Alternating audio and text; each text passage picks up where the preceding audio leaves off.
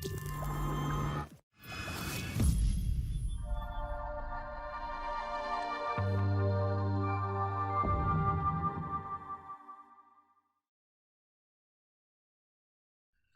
guys, good morning. This is Mark Dixon with a 2-minute tutorial on Photoshop and how to locate a font within an image.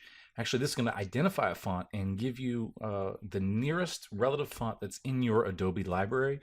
So let's go ahead and take a look at how to do this. It's very simple and very easy. I may end this tutorial by talking a little bit more about it and doing another example. But for instance here, let's make a selection around this font that I want to look at and identify. From there, once it's selected, you're going to go up to Type. Then you're going to go to Match Font. And then over here, the similar fonts are going to be located. And if you uncheck this Show Fonts Available to Sync from Typekit, then sometimes you'll get some more that are very similar in nature to those. So this one here, it could be a Franklin Goth, HP Simplified, all the way down to Verdana Bold. So that's some of the ones there. So let's grab another image that's not necessarily of fonts and do it of one on an object here that's hanging on the wall that looks like it was hand done. This one right here is saying open, so we're going to select that section right there and type match font, and you're going to see that some of this stuff that comes up now is different fonts. Now we can check only fonts available to sync from Typekit again and find out that Bookman, Sitka, and Garamond are very close. Now Garamond seems very similar to this one, and as it goes and searches more, you'll actually come up and get some more examples of what kind of font this is.